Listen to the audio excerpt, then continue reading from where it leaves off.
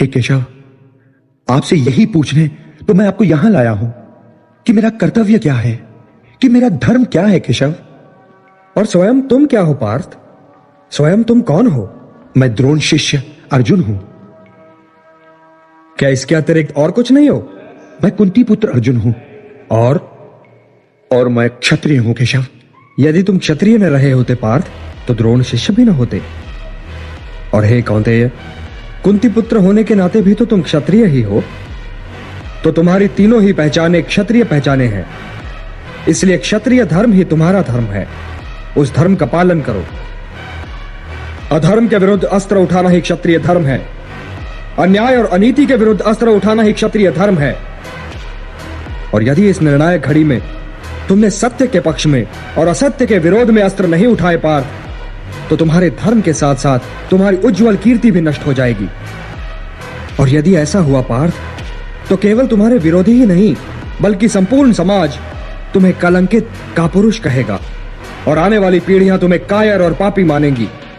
इसलिए हे महाबाहो, विजय और पराजय, जीवन और मृत्यु, सुख और दुख के प्रश्नों में ना उलझो और युद्ध करो। यदि इस युद्ध में तुम्हारी विजय हुई तो पृथ्वी का राज्य और यश भोगोगे, और यदि वीर गति को प्राप्त हुए तब भी यश के साथ साथ स्वर्ग पाओगे। इसलिए हे कौन्तेय, उठो, सुख दुख, लाभ हानि, जय पराजय सबको समान समझो और युद्ध करो, कि यही तुम्हारा क्षत्रिय कर्तव्य भी है और मानव धर्म भी। हतो वा प्राप्स्यसि स्वर्गम जित्वा वा भोक्ष्यसे महीम तस्मात् उत्तिष्ठ कौन्तेय युद्धाय कृत निश्चयः। अशोचानन्वशोचस्त्वं प्रज्ञावादांश्च भाषसे गतासून अगतासूंश्च नानुशोचन्ति पंडिताः।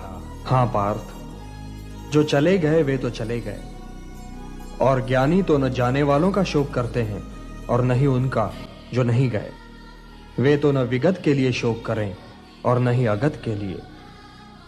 तुम्हारी शैली तो ज्ञानियों की ही है, किंतु बात तुम मूर्खों जैसी कर रहे हो। शोक करने से पहले यह तो देखो कि तुम जिनके लिए शोक कर रहे हो वे तो शोक के योग्य ही नहीं है। तो क्या पितामह या गुरुश्रेष्ठ आचार्य शोक के योग्य नहीं है केशव? यदि वे शोक के योग्य होते तो मैं ये कहता ही क्यों पार्थ? तुम इस सत्य को समझ लो पार्थ, कि मूल तत्व शरीर नहीं आत्मा है, और मृत्यु उसकी यात्रा का अंत भी नहीं है, क्योंकि उसकी यात्रा तो अनंत है। ये मुझसे कदापि नहीं हो सकता, कदापि नहीं। ये बात कोई वीर नहीं, केवल एक कायर कर सकता है। क्या तुम अपनी कायरता का प्रदर्शन करने के लिए इस युद्ध भूमि पर आए थे? हे अर्जुन, तुम इस समय कोई लगन मंडप में नहीं हो, बल्कि युद्ध भूमि पर खड़े हो। तुम अब भी नपुंसक की भांति बोल रहे हो। तुम युद्ध भूमि के बीच खड़े होकर जो भाषा बोल रहे हो वो किसी योद्धा की भाषा नहीं।